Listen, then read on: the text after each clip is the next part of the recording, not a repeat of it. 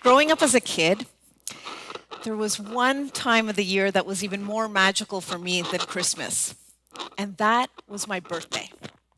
My parents were really big into celebrating and to throwing us these memorable parties. And one tradition that I absolutely adored was having a piñata.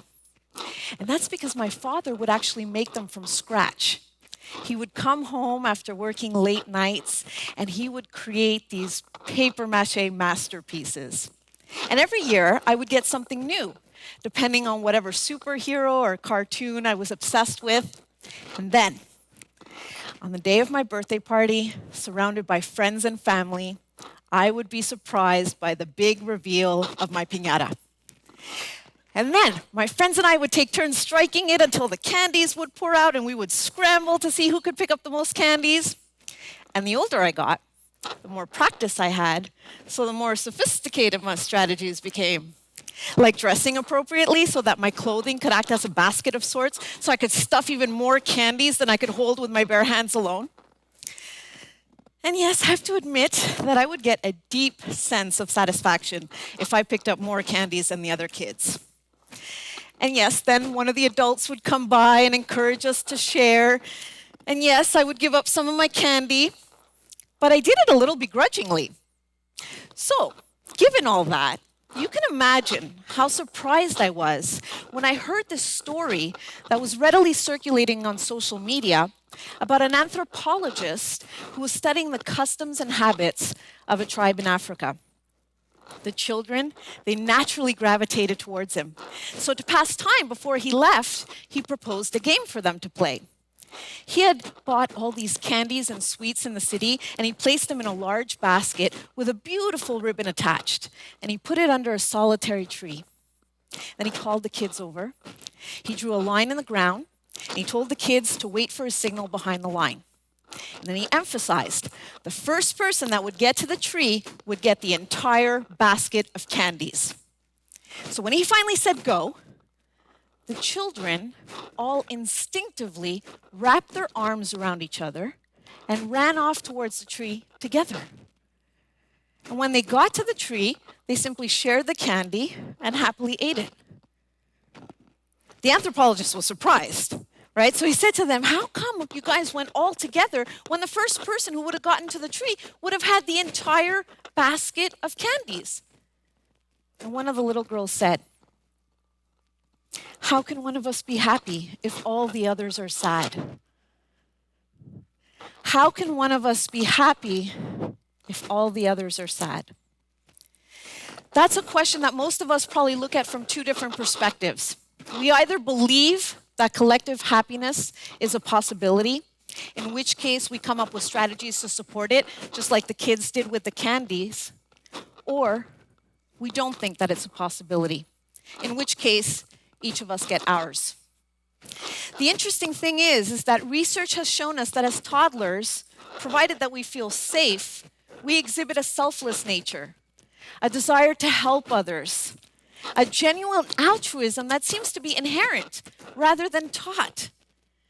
This actually suggests that we are wired for connection, which makes sense because even as hunters and gatherers, we relied on collaborative strategies to coexist.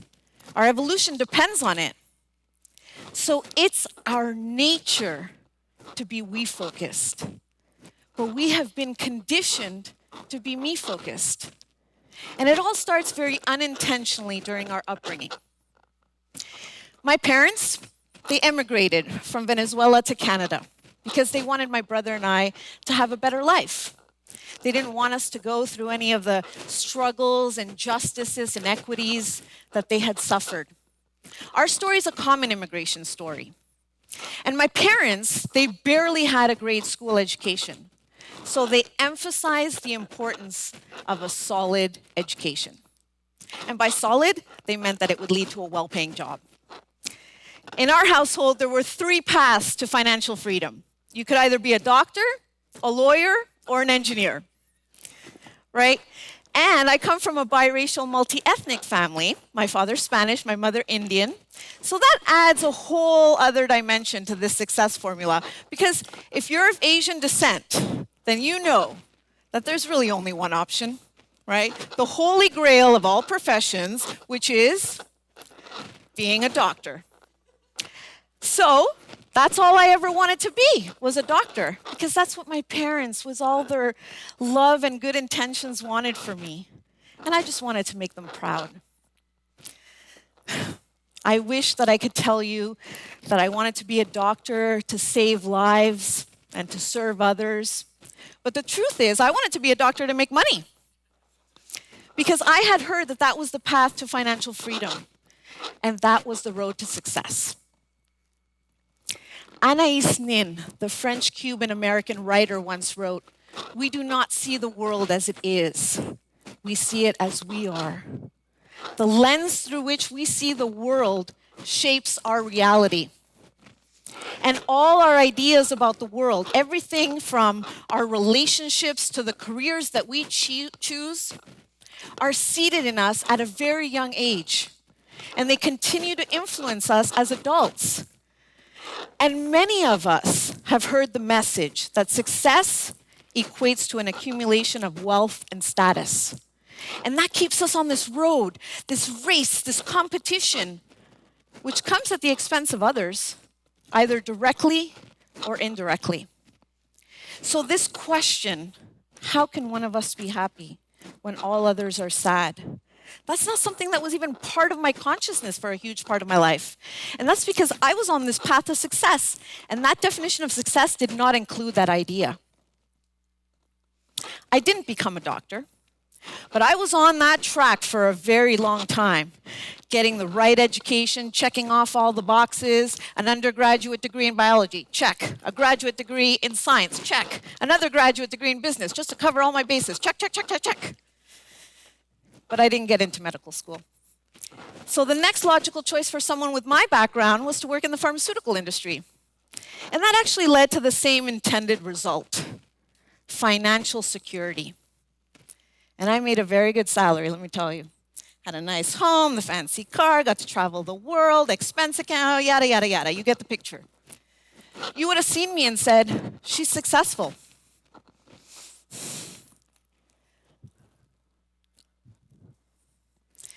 My parents were so proud of me. So what more could you ask for, right? Well, I was 33 years old when I walked into my boss's office, a senior executive at one of the top pharmaceutical companies in the world, and I handed in my letter of resignation. I told her I was leaving my career and everything that I had built up until that point to explore a new way of living. Blank stare. She was hearing the words that I was saying to her, but she was interpreting them through her lens in a way that made sense to her. So she finally asked me, "So how much is our competitor offering you?" She was convinced that I was jumping ship for a more lucrative offer, and she was kind of baiting me into this negotiation conversation, which, by the way, would have been a very good strategy had that been my intention, to get a salary increase. And I don't even blame her for thinking that it was. Because at that time, I was just a hungry and ambitious brand manager. I was working 12 to 16-hour days, just vying for the next promotion. So that actually made sense. The fact that I was leaving everything behind, that didn't make so much sense. And in fact, the only way they could rationalize my behavior was to say I was going through a midlife crisis. The stress had gotten to me. And there were days after I left where I thought, am I going through a midlife crisis? Today, I've come to know that pivotal transformational time in my life as an awakening. When I started to question everything that I had been taught up until that point, and I started to reconnect with who I am at the core and to something greater than myself. And that was life-changing. And all of that happened very accidentally when I discovered mindfulness. And I use the term accidentally because I never set out to learn how to meditate or to be more present in the moment. I didn't even know what any of that meant. And I didn't even care to understand because I thought that was all nonsense. That's what people who were looking for an excuse to be lazy did. And to someone who was a go-getter, an overachiever on this path to success, the last thing I wanted to do was slow down. And in fact, had it not been for a performance review where I received the feedback that I needed to find something that was going to get me out of the office at a reasonable hour so that I could model work-life balance to my team, I might not be standing up here today. And I was offended by that feedback because I thought, isn't that interesting? The same habits that had gotten me promotion after promotion were now the habits that were being called into question. But my bonus was on the line. So in that me-focused quest for success, that's how I actually discovered mindfulness, accidentally, and kind of fighting it every step of the way. I was drawn to it just as much as I was resisting it. And the only way that I can describe that dance is that there were days when I was so grounded, so present, so at peace that I could be more compassionate, more empathetic, listen to others, really listen. And I could create the space for differences in opinions. And then, just like that, I could revert back to old ways of thinking and behaving where the only thing that mattered was driving results, getting the job done, and it didn't matter who was standing in my way. In fact, beware if you were standing in my way. And after a while, I came to realize that this was all part of the process. That if I had lived my entire life in this me-focused way, to think that I was going to change overnight, well, that was unrealistic. I started to recognize my thought patterns, my behaviors, and realize that those were deeply ingrained and running on autopilot sometimes. So if I really wanted to change, it was actually going to take a commitment to an ongoing mindfulness practice. And somewhere along the way, between embracing mindfulness and wrestling with it, I had a profound realization that I had been living my entire life up until that point, allowing the outside world to dictate my definition of success, and my definition of success was all about me. And the well-intentioned messages that I had actually received from my parents had molded me to become part of the same system that in many ways oppressed them. So yes, maybe I wasn't setting out to intentionally hurt anyone when I was looking out for number one, but I wasn't doing anything to solve the inequities either. So if I wasn't being part of dismantling these systems, I was enabling them. I was perpetuating the me before we cycle, even if I was doing it unconsciously. So it was through the process of mindfulness that I was actually able to sit with that question. How can one of us be happy when all others are sad? And I mean really sit with it, like for more than a moment, or a Facebook post, or the fleeting tweet for likes. I mean sit with it in a way that it completely changed my life, and I reinvented my career. And that's because once I started to see life from that perspective, there was no unseeing it. And believe me, there were days in the beginning when I wish I could unsee it because that path in the beginning was really challenging. And yes, maybe I took it to an extreme. I traded in my BMW for the subway pass, 5-star restaurants for peanut butter and jelly sandwiches, and I don't even mean the organic peanut butter with the oil that you swirl for the perfect creaminess. I mean the one you buy in a tub, that I could barely carry on my own. And then there were the mani-pedis that I could barely afford in the frequency that I wanted them. And I remember my boyfriend saying to me, do you want to change the world or do you want to have nice nails? And I had to stop and think about that one.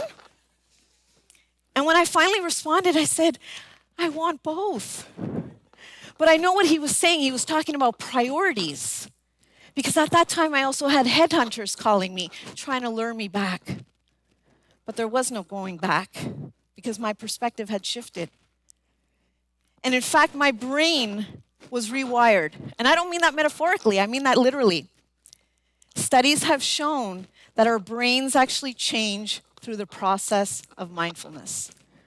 In fact, regions of our brain that are responsible for self-referential thinking are deactivated through mindfulness. So the me centers of our brain. It's as if we have a way to come back to a we way of being, even when we veer off track. And it doesn't cost us anything except the discipline to purposefully pause. Isn't that powerful? It was so much so for me that for over a decade since I left my career, I have focused all of my energy in unlearning those behaviors and focusing on a more we way of being. And let me tell you, even after all these years, it takes conscious effort on a daily basis. And even at that, I make plenty of mistakes. Like mindfulness, even mindfulness is something that I get to do certain days. Check it off my list. And not only do I get to do it, I get to do it better than everyone else. So I'm here and everyone's there, all the judgments, all of that. I'm guilty of everything. I even said to my partner in preparation for this talk, I said, isn't it presumptuous of me to give a talk on this topic as a former poster child for me thinking, and as someone who has a long way to go to embody these behaviors? And he said to me, that's why you have to share your story. So after all of these twists and turns, I actually have become a doctor of sorts. Except these days, I work on healing the hearts and the minds of leaders within organizations. As a leadership coach, I develop conscious leaders and mindful workplaces. So my clients will come to me, they'll share their symptoms and their pain points, and I'll diagnose the disease, and I'll give them a recommended course of treatment. I'll give you an example. I had an organization that wanted to develop a more collaborative culture, because they were all working in silos and competing with one another. It was really toxic. So upon further examination, we realized that their compensation strategies were actually pinning one person up against the other, promoting me thinking for that whole basket of candies. So when they aligned everything, and I mean everything, to a we way of being, the way they communicated with one another, the way they dealt with conflict, all of their systems, including compensation strategies, everything shifted.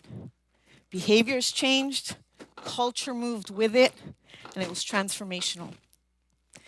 So what I get to do is simple, but far from easy. As individuals, as organizations, even as different countries, we think that we have so many problems.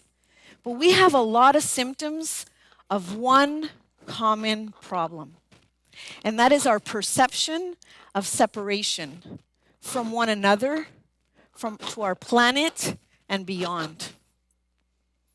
There's an African proverb that says, if you want to go fast, go alone. But if you want to go far, go together.